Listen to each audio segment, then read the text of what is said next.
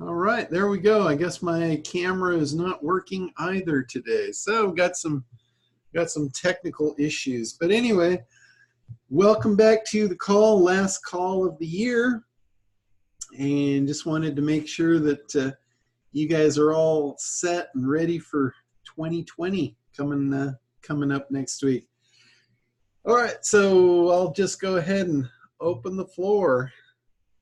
Who wants to take the lead? I will. All right, Greg. I've started. I'm creating what called evergreen videos, but not necessarily on the subject that everybody else talks about. Okay. And so those are going to be my my lost leaders. They'll be mostly living on YouTube, and then of course he's dragging people to Kartra. Had a great experience on Christmas Eve. I got invited to a party, and I go to conventions, and I collect a lot of stuff when I go to these conventions. So I took it there as to give away. The people went Google Gaga.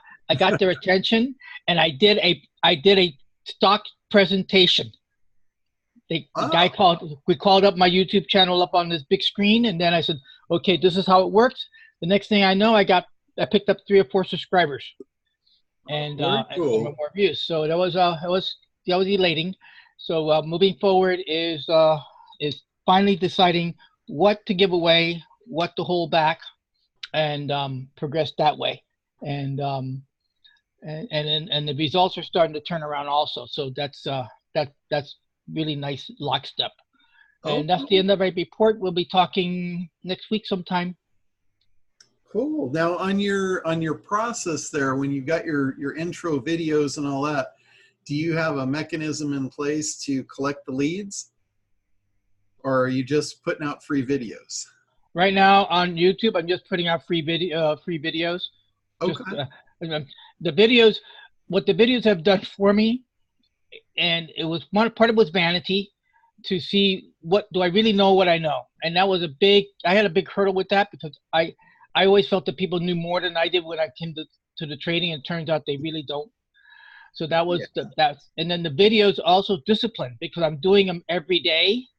I have to follow the rules, and now I got everybody watching. Even if I only get 1 viewer or a few viewers, the bottom line is that somewhere out there somebody's watching, and as a result, I need to not just prove that the system works, but also that I'm disciplined to show up and do my presentation. Gotcha. And then the third thing, of course, is the benefits proof, and the claim, your mantra. yeah, the claim proof benefit. Right, and I actually put that into the videos. I said, no, the whole purpose of the videos is to prove that losers do become winners, and I changed the backgrounds. So when I have my regular presentation, it's just a stack of money. But when I have a winner, when I have a loser who brings back a net profit to pay back my losses from the previous trades, and it goes what they call the winner circle, then the background changes to a laughing guy with a red sweater on, celebrating that we have just moved somebody from a loser to a winner's call. And I noticed that really something else too. When I put that background up, I get more views. Okay. People are hitting that, saying, okay, he's got a loser to a winner. Let me go find out what it is. My average time, people stay on about maybe 2.5 minutes, 3 minutes. So I know they're only interested in hearing about the winners. So that's all I report now is on that. But I do drop little tidbits of learning. But I haven't made any invitations to anybody yet. That will be the new year. The new year will be setting up the invitations. Now you've seen me, you know me for 4 months, you got all the videos. Now come to my website, join in, and if you want to learn more, and then that's the lost leader thing, to drag them into the operation. Okay, so you just gave me a good idea for you for a good lead magnet. Okay. So since they're coming on here and they're staying to find out the winners, right? The winners and the losers. Right. What you should do is you should put a case study together that tracks the winners and losers over like a 2 or 3 month period. Do you have the back data to go back and do that? Oh yeah, yeah. When you go back, this is actual real money. So I actually Yeah.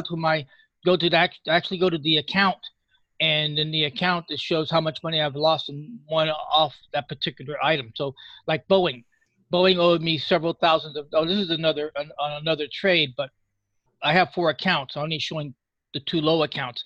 But as an example, even on the two low accounts, the bottom. Oh, a good example is XLY. That's my current one. It owes me $240. I actually say it. This owes me $240, and this is why I'm trading it. And then the the point is that I do have. If I wanted to reveal my account, I can actually say, okay, here's the losses, here's the loss, here's the win, and there's the out. But Gotcha. they see that when they see the video, they do see that the option is up 70%, and it shows how much profit that is. Like, let's say $270 that was this morning. And then I showed the chart, and on the chart it says this owes me 242. So I'm looking for any out to get out with that, to pay back the 242 and maybe get a little bit of profit. But some of the other trades have paid in spades, and they're recorded. There's all my recordings from September 6th. Okay. So So mhm. so if there's like a condensed version of what's been going on like over the last 3 months or something that somebody would be really interested in, Okay. that would be something at the end of each video. You could say, if you guys would like a 3-month scenario and watch this thing in play over a 3-month period instead of just this week, go ahead and opt in below and I'll send you the PDF or the case study. Okay, that's in progress because on December 31st, I will be at the market close. I'll be doing a wrap up of exactly where was I September 6th and where did I end up December 31st. Yeah, there you go. So they can get And that as a download. right, and then okay, well, I was doing what they call my New Year's Eve, my New Year's Day special. Uh-huh. What happened? What was our results Yeah. from September 6th to now, and just put that out there. So, but Yes, yeah. you can get somebody over on Fiverr, you collect the data, put the data together, and then give it to somebody on Fiverr to make you like an infographic that is the case study, make them have it, look pretty and all of that. And then Ah, now I hear you. you've got something, for, Okay. you can get somebody on Fiverr to Right. do that for between Yeah. 20 and Right. $40 probably. Yeah, because we had like 72, 73 losers at the beginning of September, and Mm, now we're down to 65. So we yeah. have had actually 8 winners, eight conversions from losers to the winner's circle. So yeah, Yeah, but I do have that. Mhm. that's really cool. So that's something that somebody would want to download. And that's what everybody's got to figure out is what's the thing that somebody would be willing to put their name and email address in to get. That's the lead magnet. That's the front end of any marketing campaign. Because you can put out all kinds of free info, but at the end of the day, if you're not doing something with it, it's not really marketing material. It's just blah, blah, blah, blah, blah.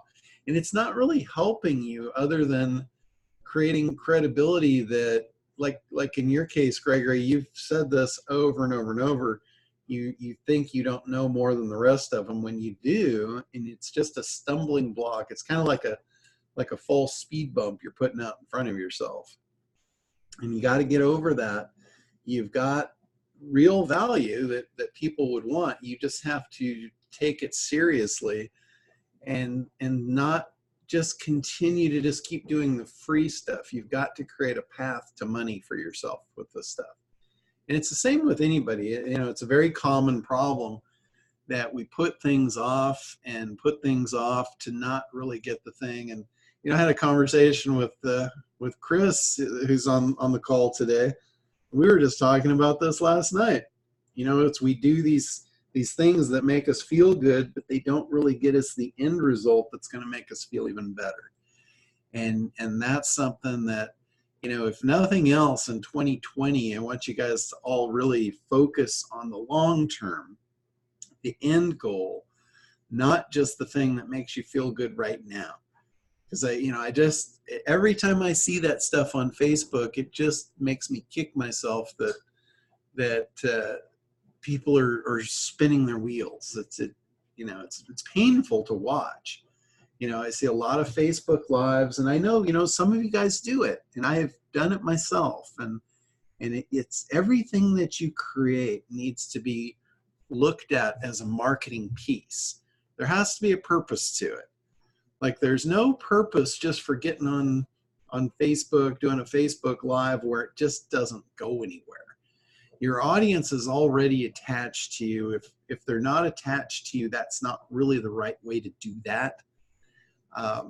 It's social. You know, this is business. You've got to separate the two. If somebody's coming on there for business, remember the key element in the ACT program is figuring out what's important to them. Nobody cares about us. And I know that's sad, but that's the business world. That's very different than the social world. So many people get stuck in the social world where, yeah, in the social world, sure, we care about each other. If you've got a friend, you'll listen to them babble and comfort them. And you know, all the stuff that friends do. And that's in the, you know, that's the social world. That's your family life. That's not business. That's not how business works. You do that with a client, and they're going to go, oh, hell no, I'm not taking that call again. They'll never talk to you again. So, got to, you know, draw the line. There's a line, that's a very clear line in the sand, and what's social and what's business. And I know everybody focuses on social media and that whole social thing. That says something right there about the medium itself. Like Facebook. Facebook isn't traditionally about business, although some people have figured out how to generate leads out of it, but they're not doing it socially. They're not treating it as a social thing. They're generating leads. They're treating it as a business. So, you know, specifically, if you're creating videos to share information, there needs to be a call to action. If you're creating pieces and they don't have any call to action, they're social and they're not business. So definitely, you know, for everybody that's doing this, for everybody that is focused on marketing, that should be a big shift that you guys want to focus on in 2020. Don't create, like just make a vow today that you're going to stop doing that stuff. Everything that you create is going to be planned and thought out, and there's going to be a purpose to it, and it's going to have a call to action. It's going to lead somebody to the next step. So it's like it's strategy. It is just pure strategy. And, you know, business, I often, and I know a lot of people don't like war. They don't like the whole idea of war and all of that. But I got to tell you, business is an awful lot like war. And if you don't treat it as such, you will be a casualty of war. You know, if you look at war is built on strategy. Business is built on strategy. If you don't have a strategy and you go out onto the battlefield, you're going to wind up in a body bag. That's just all there is to it. And it's no different in business. If you enter into business and you don't have a strategy, you're going to wind up the same place. It's just a different medium. But it's very much the same as far as, you know, you need a strategy. You need to have a focused plan. You know, it's like, it's like you're building a mousetrap. So you got to figure out, you know, how big is the mouse? How big a trap do we need? You know, what's he like to eat? How are we going to get him in there? You know, what are we going to lead him in with? What's the lead magnet? You know, all of that stuff. So really, you know, creation is based on analysis always. If you start creating stuff and you haven't figured out why you're creating it or who it's for, it's probably not going to be as effective as it could be. Not saying that you every once in a while you don't just get lucky and come up with something that's awesome, and you know, but try and replicate it. Usually it won't happen. So just, you know, let's focus on that in 2020. And one of the things is building lead magnets. And Jim wanted me to hit the 4-step process that I've talked about several times here recently. And it's kind of the 4 steps of a marketing campaign. And the first one is you've got to grab attention. You have to have something that jumps out at them. Generally, it's based on a big idea. If you guys don't have that under your belt, I really, really encourage you to go back through the training and look at the big idea segment. It's really important. It's like one of the keystone foundational pieces of the front end of any marketing campaign. And it's the attention grabber. It's how are you going to say what you need to say in a way that has never been heard before, and it makes the promise of what they desire. It's the formula for how to do that. And it really is important on the front end of any marketing campaign that you get that right. And the only way you can get that right is by doing your analysis and figuring out, a key component of that is the timeline. It's where are they? How are they feeling? What's going on? Walk in their shoes for a bit. And then figure out where they want to go and how that's going to feel. And then the rest of your marketing campaign is basically walking them through that journey, teaching them how they're going to get from where they are to where they want to be, and attaching you in the middle of it as the delivery mechanism to guide them through or help them over the hump or actually just do it for them. That's where you create demand and desire. Along the way, you eliminate the objections, and then you make an offer. And that's really the 4 steps that I think that was the 4 steps that Jim was looking for, is grab attention, create demand and desire, eliminate objections, and make an offer. And when it comes to the copywriting, that's really the pieces that you're creating. And you want to blend them seamlessly together so they go in one single strand from beginning to end. So your big idea is on the front end, and basically, that's your attention grabber. It is it's your differentiator. Some people call it different things. I call it the delivery mechanism. It's like, what do you have that's going to deliver the result? Some people will say, what is it about you that makes you unique selling proposition? It's called a lot of different things. But ultimately, to your customer, the only thing they care about is how they're going to get what they want. And that's why I call it a unique delivery mechanism. It's what is the thing that you have that's going to deliver them the result and do all the work. That's a big key differentiator there. Nobody wants to do things themselves. Very rarely do they want to do it themselves. Sometimes they'll say they do, but that's a superficial answer on the front end. Ultimately, everybody really, if you could wave a magic wand, they just want what they want when they want it, and they don't want to have to do anything to get it. That is why the diet pill sold so well. It was like, take the pill and lose weight. They wanted to lose the weight. They didn't want to have to do anything to get the result. So when it was posed, take the pill and lose weight, they were all over it. It was like, that was an incredible marketing campaign. Did it work? That's very questionable. That's why, you hear a lot of the stuff about there's no truth in advertising. I'm not saying to lie. I'm not at all saying to lie about it, but I'm saying that you need to, if you've got a product that actually delivers the result, then you need to get that message across. You need to be able to communicate that so it's understood and it's wanted. That's how you make conversion.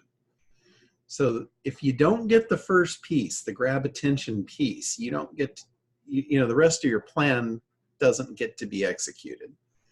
The only way you can get them into the funnel, into the marketing campaign, whatever you want to call it, the sales process, is if you grab their attention. And if you grab their attention good enough, it will create them to want more information, and that makes your perfect lead magnet. That's the time, right immediately after you grab their attention, that's when you want to have your first call to action. A lot of people think that a call to action only happens once in a marketing campaign when you have a close. And that's not true. There's calls to action every step of the way. If you watch a good speaker, a good salesperson on stage, he's doing calls to action, telling you what to do right from the second he hits the stage. He tells everybody, stand up. That's a call to action. He'll tell everybody, you know, give the host a round of applause. They've done such a good job. That's a call to action. They start immediately as soon as they hit the stage. They don't wait till the end. They're getting you used to, they're programming you to say yes. Now, some of them that are idiots, I can't stand this when they get up there and they're one-trick ponies and they say, oh, is that good? Yes or yes. I just want to run up on stage and slap them when they do that shit. It's like, really? That's as good as you can get? It's just to copy something ridiculous and repeat it over and over and over. It's just, it drives me nuts. And but anyway, you want to have these calls to action all the way through, but they should be well engineered. You know, so your first one is you grab their attention, you make the promise, you allude to the fact that you've got this thing that will actually deliver that result. That's called the big idea. That's step number one. As soon as you do that, your first thing is a call to action.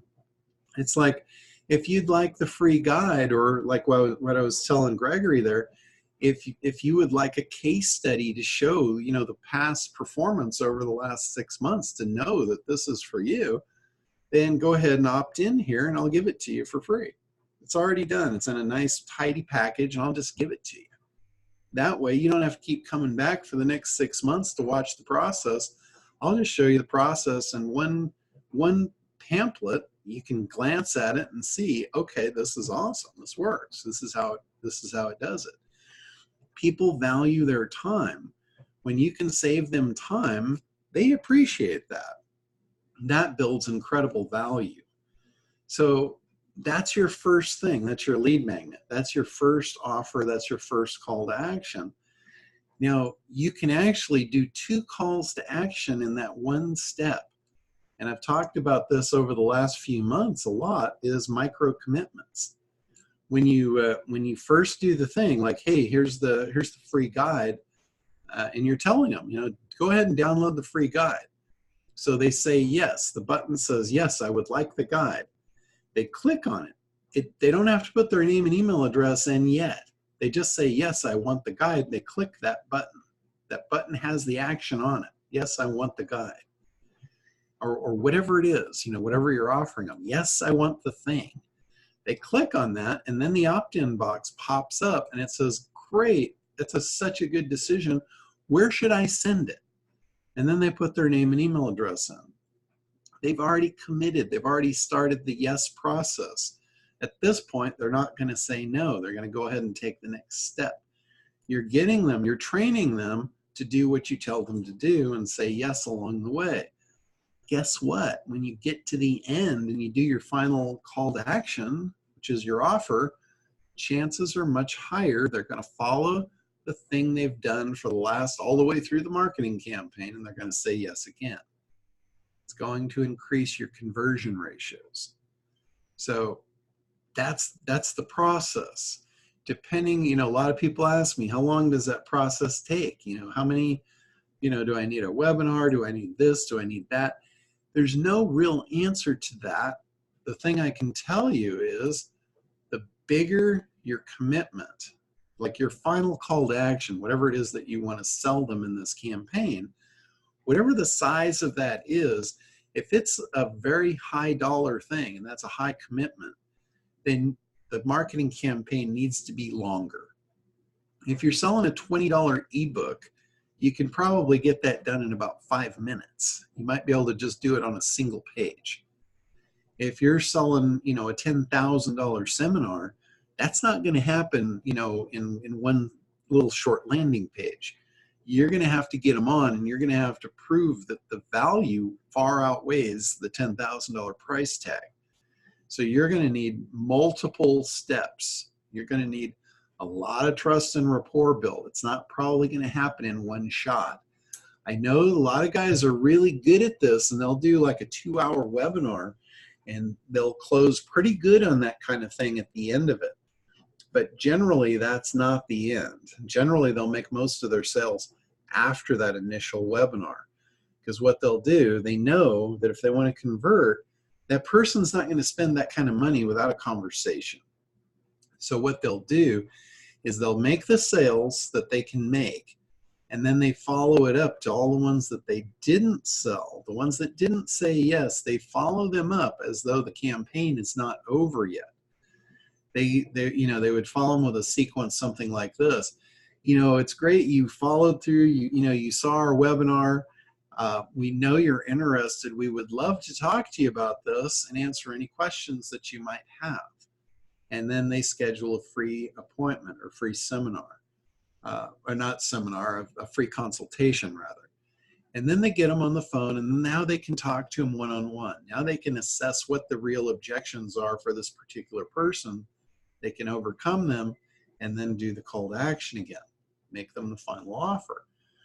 If they don't follow up with that, they can actually ask them, figure out why they're not moving forward with it. If it's a timing issue, what's the right time? How do we follow up? All of that. So it's a lifelong campaign. Basically, once somebody opts in, once they raise their hand on the front end of any marketing campaign, you follow them to the end. You keep following up on them. I have sold people stuff in my marketing campaigns 3 or 4 years down the line, because they're in my mailing list. So I keep sending offers out to them. I don't send a lot of offers. I might send, a few a year at that. And every once in a while, I'll pick somebody up, somebody that's been in my funnel, they've been in my sequence for years, and I'll finally make a sale to them. Here's the next thing too in your marketing campaigns. If you guys haven't figured this out, a marketing campaign never really ends. Because if you think about it, when you acquire a customer, your ideal customer should pay you for life. If you guys are doing one and done sales, you might want to rethink that model. There is no one and done I can think of in business at all. If you're a one and done kind of person, you need to kill that mentality. There's always follow-up sales to everything. Because going back to the timeline, this is an important thing. The timeline is so critical for the whole business process. When you offer a product or a service that fulfills the timeline, you've taken the person from where they are to where they want to be. The timeline starts over. You always ask the question, what do they need next? That will tell you what your next product should be, or that should tell you who you should be looking at that already has that product that you can make a commission on. And you can make sales over and over and over. I've used this example for a long time. It's the maternity dress. The maternity dress isn't the product, it's a loss leader to get somebody into an 18-year marketing funnel. How many things does a pregnant woman need in the next 18 years that you could logistically forecast? Back to the whole strategy thing. You don't know just what she needs right now, which is the dress to fit her new body shape. You can logistically forecast every step of the process that's going to go on over the next 18 years. You can bring her and spoon feed her every step of the way and make money on each piece of the puzzle. And who do you think she's going to likely buy from? You, the person that's had her saying yes and been providing value to her every step of the way for her new journey? Or do you think she's going to look for somebody new? People don't like change. They like things that are familiar. So if you become the familiar face and you become the one that is who they ask when they need something next, and you always have the answer for them, you can create lifetime income. You can create lifelong customers. These things, if you do it right, they'll feel like family when you get done. They'll treat you like family. And I said there's a clear distinction between personal and business, and there is, but when you can get your customers to feel like family and you feel like family to them, they'll last a lifetime. You'll make so much more money and you'll have such a better experience with your business that it will change everything for you. So that's what you want to do. You just want to become valuable. You want to become helpful in getting them what they need. If you become a specialist in getting your prospects what they need, you'll be able to keep them for life. So that is a lifelong thing. Don't ever look at a marketing campaign as a one and done. You should always be looking at it as, what's your value ladder? What's the first step they take? What's the next step? And the ladder should go on forever. Always be thinking, what do they need next? And talk to them too. A lot of times they will tell you what they want. When they're talking to you, they'll tell you all day long, what they're missing, what they want, what their problems are. That's just inherent in that kind of conversation. So, all right, I think I've covered the 4 steps. I kind of spent a lot more time on the beginning and the end of that. The middle piece, the 2 steps in the middle, the create, demand, and desire, that is really where you focus on the benefits. You focus on not the features, but the benefits. And I've said this many times, but for anybody that still is unclear on the difference, a feature is what it is, and a benefit is what it does. It's like, what do they get out of it? It's like, why? That's the reason that they buy it. They don't buy it because of the thing. They never want the thing. They always want what the thing does. Something as basic as a car. Nobody buys a car just because it's a car. They buy a car because they want to get somewhere. They want to carry people. They want to transport people. Some people will buy a car for significance. That will depend on the type of car they buy. So it really depends on who they are and what's important to them as to what they're going to buy. But you get that. If they don't buy the car because it's a car. They don't buy a drill because it's a drill. They buy a drill because they need a hole. They need holes. They buy a drill. And if you focus on the thing, you're really missing the boat. You want to focus on the outcome. And that's the difference between the features and the benefits. So when you're creating your marketing campaign, there's a lot of pieces to it. There's a lot of pieces to creating demand and desire. One of them is the credibility piece. When they see that you have done what they want to do, they want to follow you. That's an important piece. That's a part of creating demand and desire. If you can become the hero's journey for your client, and they see themselves in you and they want to see their outcome that you have, that will build trust and rapport. That's an important piece to this. So telling stories. If you can tell a story that relates to where they are, that puts you in the picture and they can see themselves in you, and you found a way through and now you can help them do that, that's another way to create demand and desire. So it's really, really important. Yeah, go ahead. Hey, John, this is Chris Rawson. So, last week you talked about you were going to Chris, you're all broken up there. I can't hear anything you're saying. Okay, is that any better? Yeah, there you go. That's better. Okay, so last week you mentioned that you were going to create some type of program by which, like a turnkey sort of scenario for startups getting a business, and I wanted to align with that. Part of what Dan and I, which I have a business called Web Guru Masters, we want to do is to create like a system for people to be able to start an online business from zero to hero in like a period of time, and to become a Web Guru Master.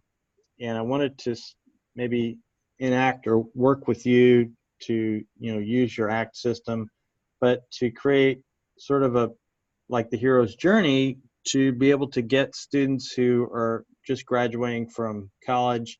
They are not able to like land the job that they want, but to offer them like an opportunity to become a web guru master or create an online business, or to focus on, the corporate types that are sick of their job, in the 9 to 5, but they want to work from home, and to create a turnkey scenario to say, I do A, B, C, D, and E, and then I can create, my online business. So I was just wondering if there's anything that you're still planning on or organizing for that, or am I on the wrong page? No. What I was alluding to and talking about was starting up something that I've done in the past, which is my reseller program. And Yeah. basically what that program was, it was a program focused on helping the people that are in the business, like agencies, whether they're just getting started or just want to sell more services and that. And what you're looking for there is some, probably to build a program to sell for people that are just want to start an online business. Yeah. So there's a difference. There's a difference between an online business and an agency. Okay. A lot of people want to start an online business just to sell an e-product or something, and Right. they want as minimal commitment as possible, and they want to just make as much money as possible.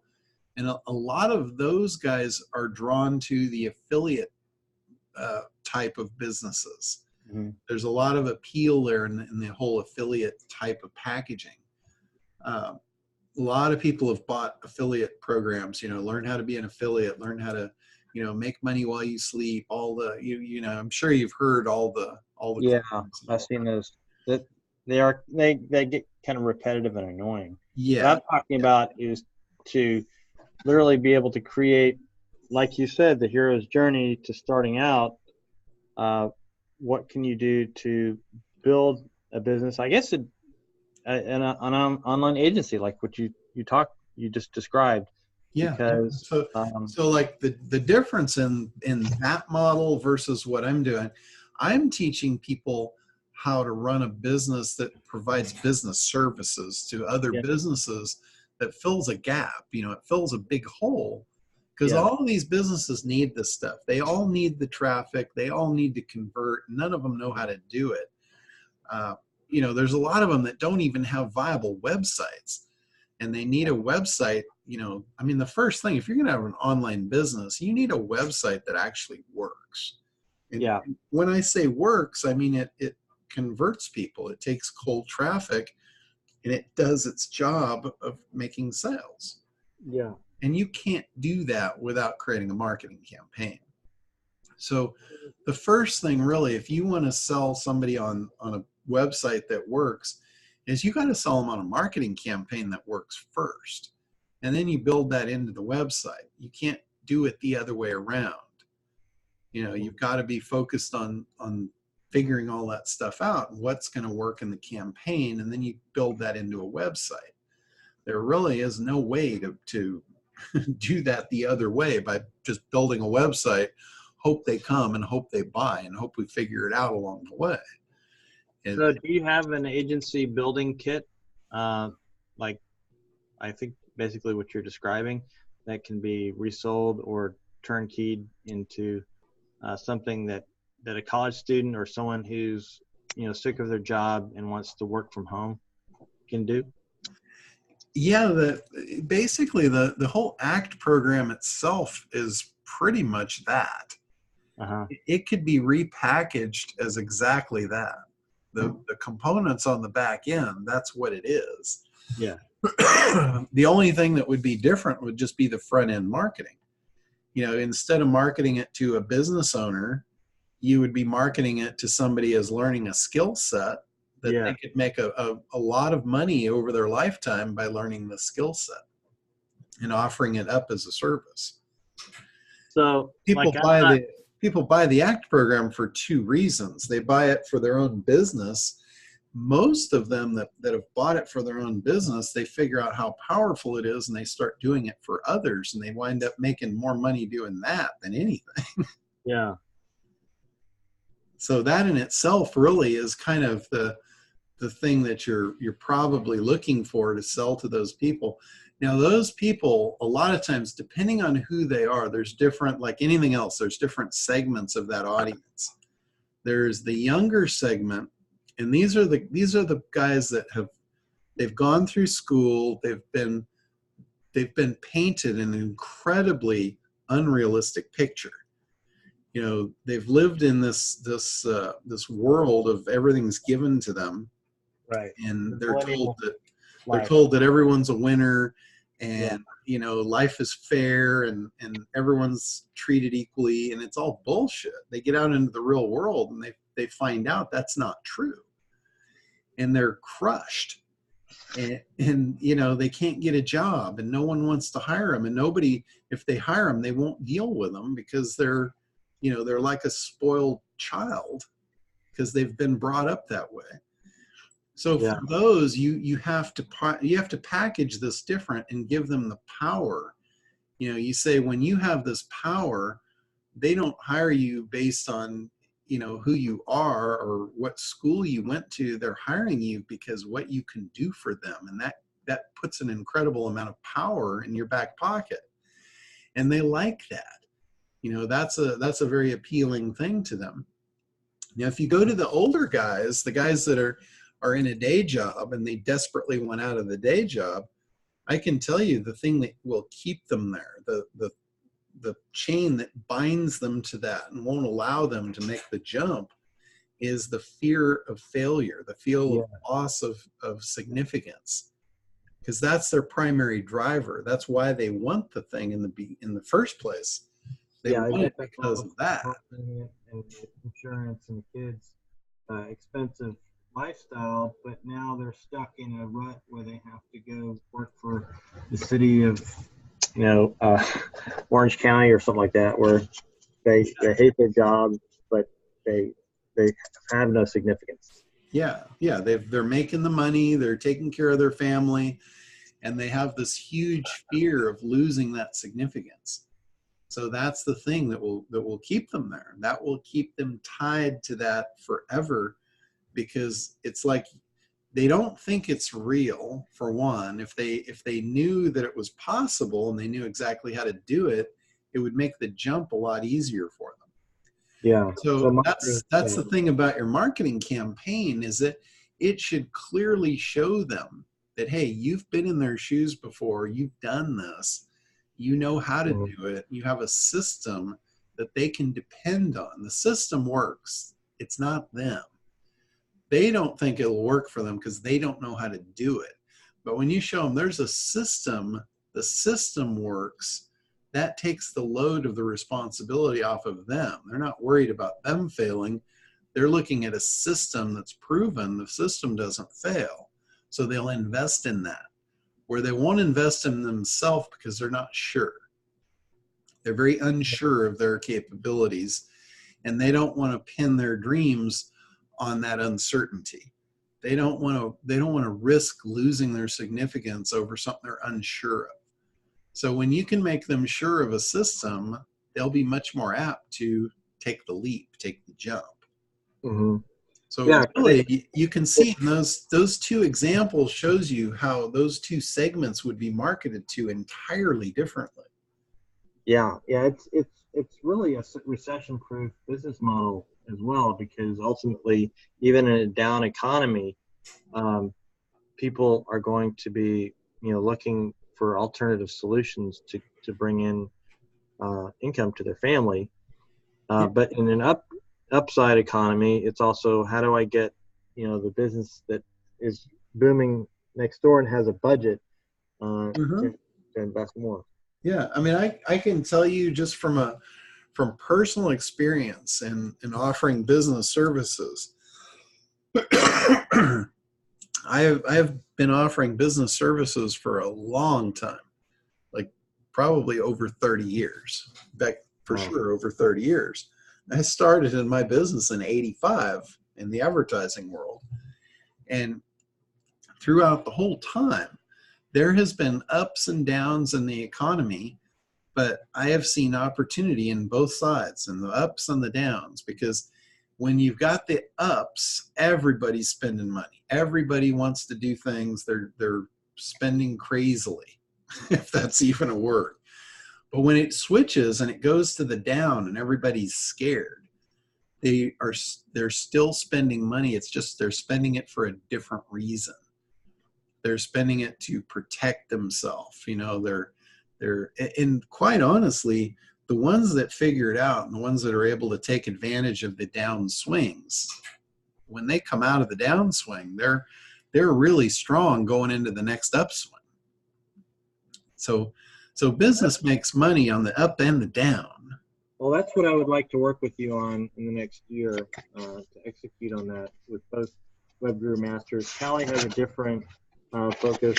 She would like to focus on authors and to figure out a way to create value for authors and drive traffic for book sales. And also my continuing education. And she wants to create a continuing education course For the dental. for dental. Okay. Yeah, that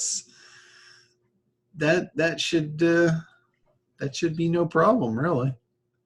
You just got to do the upfront work, figuring out, what's the most profitable segments, who do you want to focus on? Because the worst thing you can do is try and help everybody.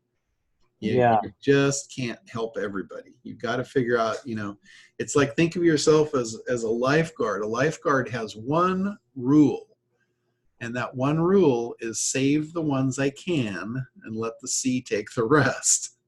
Because if you get outside of that, you put yourself in danger, and they'll take you down with them. You do not go to somebody that's drowning and is in a panic. You don't swim up next to them. They will suck the life out of you, and you'll go down with them. That actually happened to me in real life when I was 8. Yeah. Yeah. I mean, that's a real thing. Yeah. That's like, I always talk about observation and looking at, what happens naturally in the world. Those things happen over and over and over across all kinds of different things. It's almost like a law of nature. Mm-hmm. And certain industries have identified it, like lifeguards. They actually make it a rule. You save the ones you can. Mm-hmm. And there's a reason for that. They don't want to put their own life in jeopardy. And, in them, it's actually life or death, but you think about it, it's the same in your business. You should treat your business with that same attitude.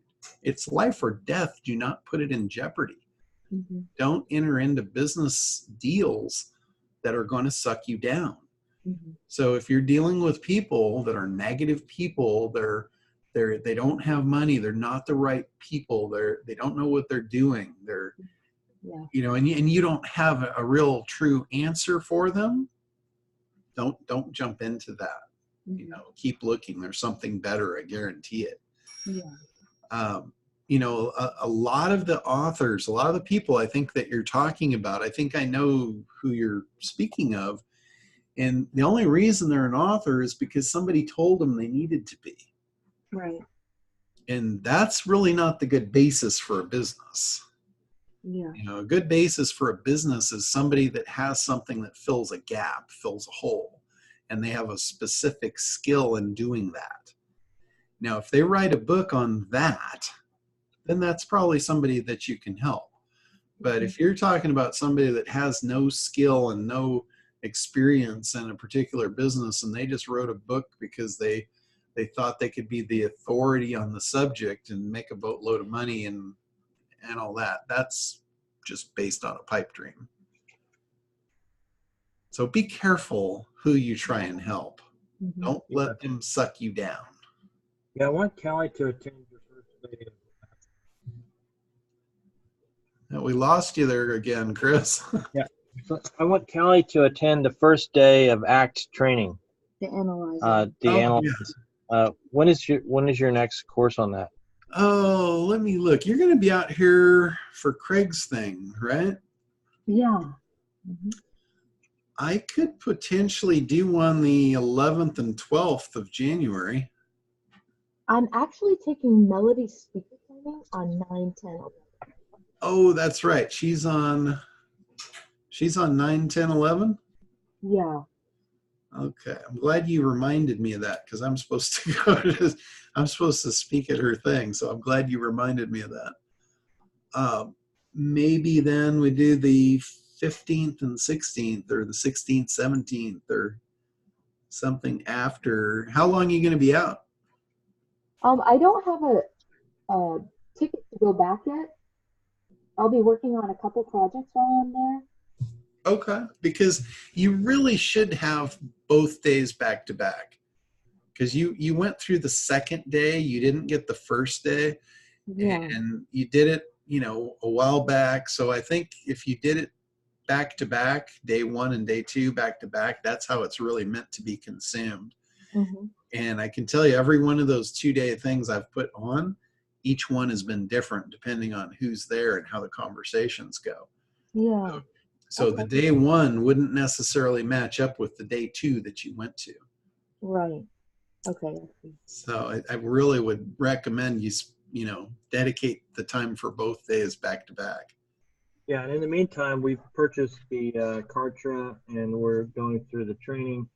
I'm going to be implementing that with my business, as well as bringing on some referrals from my business partner, Dan, who I think you've talked to on the phone. Okay. Yeah, that particular one, I've been working with somebody else now, putting a plan together. One of the new apprentices, that's what they want to do. We're actually formulating a plan for her to give away free templates to generate Kartra sales. Mm-hmm. It's the affiliate model where she doesn't really have to do any fulfillment. She's just doing marketing for an existing product that's really good. Mm-hmm. Yeah, and that's definitely part of the business model that we want to focus on. So we're, in fact, later today we're going to be back on the program, working on that one, putting that together. So I can shine some light on that one too if you want. So what's the date for Callie? Well, he's working. You're working on it, right? Yeah, if you can let me know how long you're going to be here, we could do it. The Friday, Saturday, the 17th, 18th afterwards, or we could do it the Wednesday, Thursday. Just kind of let me know what's best for you, and I'll work that one around you. Okay, my schedule's pretty flexible, and I'm halfway through the Kartra program. So once I'm done with the Kartra, I definitely want to know how to do the acts so that I can start doing a campaign to see how it works. Okay, perfect. Yeah, so just let me know, shoot me an email or follow up with if you want 15, 16 or 17, 18, or which dates work best, and then I'll announce it to the rest of the group and see who else wants to jump in on it. Yeah, I'll try to get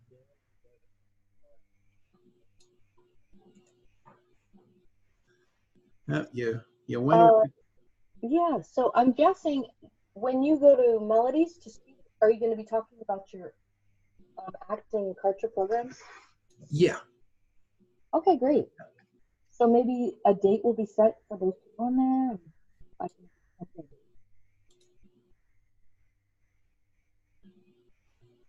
You're. Oh, I said maybe you'll set a date during that weekend, and I'll just jump in. Oh, I'd actually like to set the date for it as soon as possible so I can announce it for anybody that wants to fly in. Okay, I'm thinking since Mastermind is 13, 14, anytime after that's fine. My days are open for that. Okay. Perfect. Well, I'll put that on and put it out there, and we'll get it going. Okay, great. Okay. All right. Lewis asked, and I think he had to hop off the call, but I'll answer this anyway so he can hit the replay. He had a question from last week, and I think this is a spillover question on top of that, and it's about image and everything related to visual search. And his question is it going to get more prominence over time in the SEO arena? I don't really know. I mean, image tags and things are something that has been very over optimized in the past. So I don't know. It's certainly a factor. I just don't know to what extent of a factor it is. If you're talking about like how to get your images into the visual search, then yes, you really should have all of your tags in there. In visual search, it's definitely a category of search that a lot of people are ignoring. So it's like it's going back in time. It's one of those things that's fairly easy to do because not a lot of people are focused on it. People are focused on optimizing their web presence and their social media campaigns, but they've not really focused too much on optimizing their images. And one of the things as far as optimizing images that's important, some of the big things anyway, is naming the image with the keyword that you want to rank it for. Like whatever .jpeg or whatever .gif or .ping, have the actual name of the keyword as part of the image file name. Also the alt tags. You know, every image has alt tags, and you can put the alt tag names in there, and that should also be in there. But a bigger factor is the fact that that image is on a page that is optimized.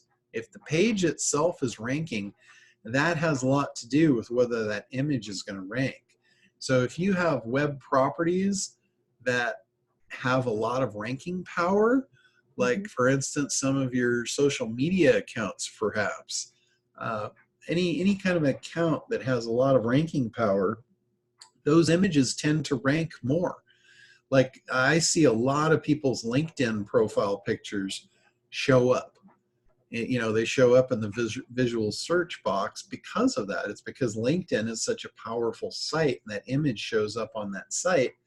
So that image outranks all of the other images that's on the person's web page, because LinkedIn is got more ranking horsepower than their own website. So yeah, I would say visual search is a good place to focus on, you know, for future SEO. There's certainly an opportunity there. Another thing too is do it strategically.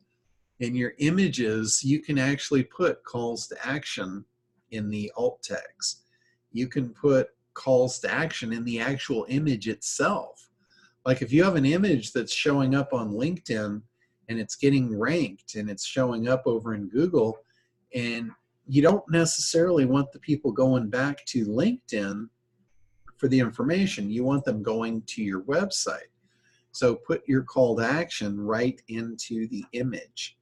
That's a really good trick there for you know, for doing that kind of stuff, for getting people over there. What does that mean? The image search, that's where if you search Google and it has all results, and then you'll see different tabs up at the top. Like if you just want video results or you just want image results, it will show you the top ranking images versus the top ranking web pages. Yeah, but what kind of tag would that be to call to action? Well, there's a thing called an alt tag in the HTML, and you can put in there, it's supposed to be what the image is about, but you can load your keywords into that. Okay, I know it's like I don't. So I have no idea what you mean. Yeah, it's probably a little outside your scope. That's crossed over out of the real marketing realm into the search engine optimization realm. Okay.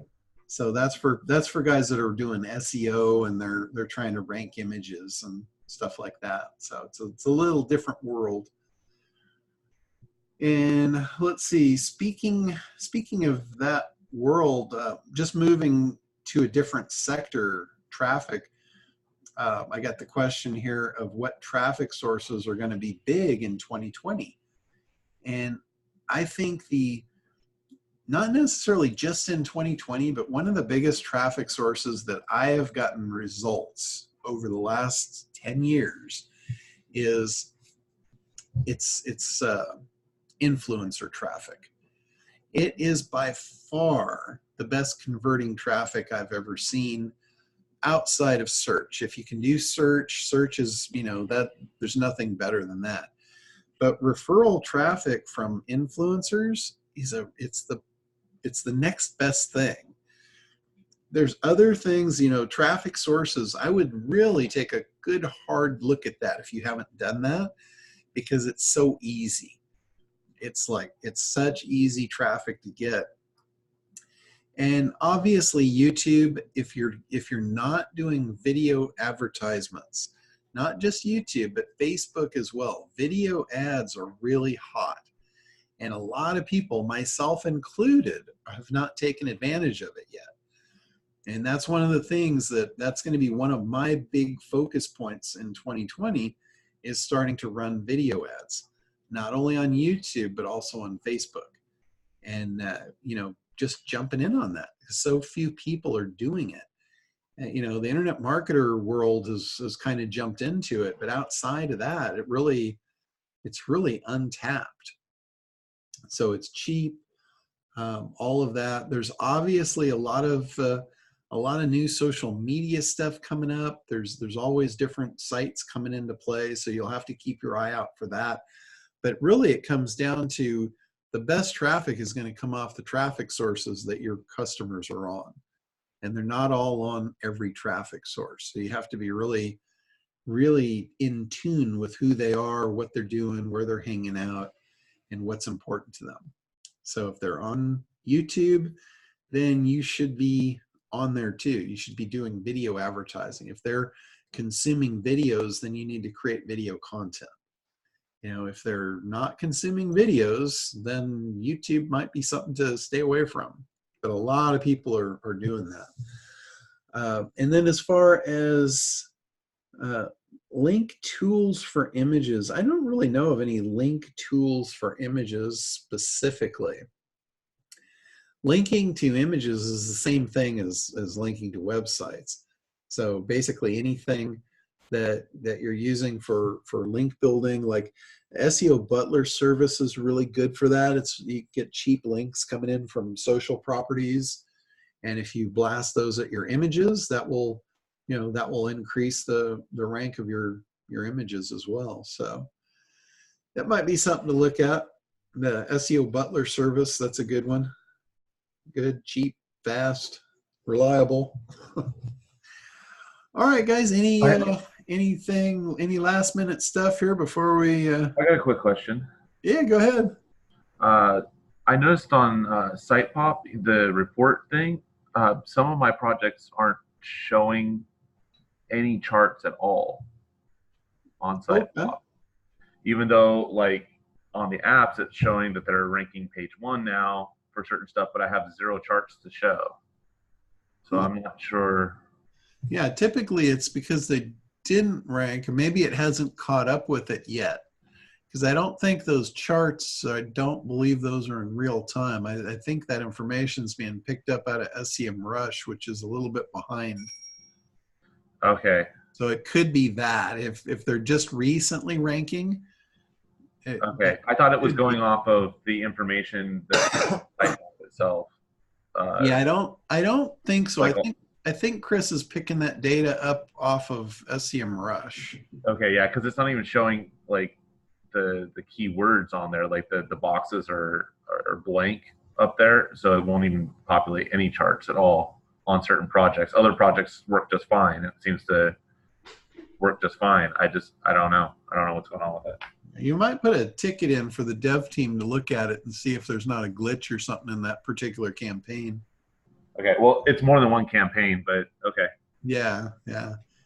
But I would say it's probably just not picking the data up yet out of SEMrush, because I'm pretty sure that's where he's grabbing that data. Okay. And if that's where he's grabbing it, that would definitely be the answer. I thought it was going to be pulling the data from what the devices that were doing the searches, because it has all the records of the searches that's run, and I thought it was populating the charts based off of that. I think it's off SEMrush though, because the data from the search devices is radically different. Because when when sites rank at first, especially with this AI, Right.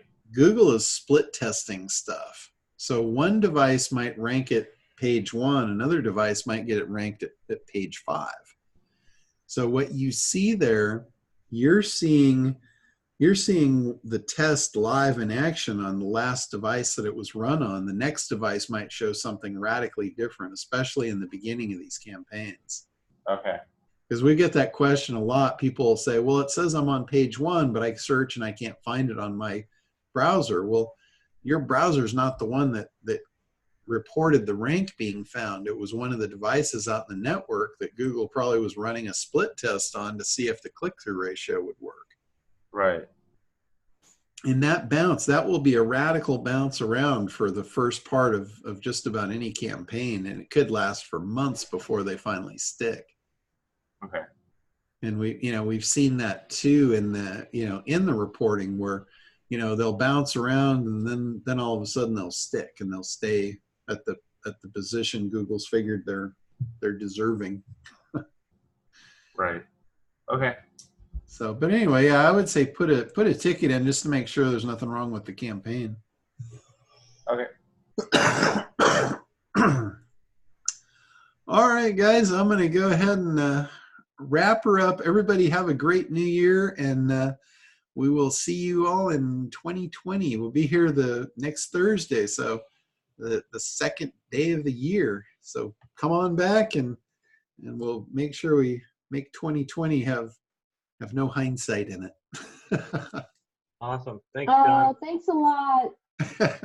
All right, we will talk to you guys next year. Happy New Year. Happy everything. Be well, everyone. Much success. You too.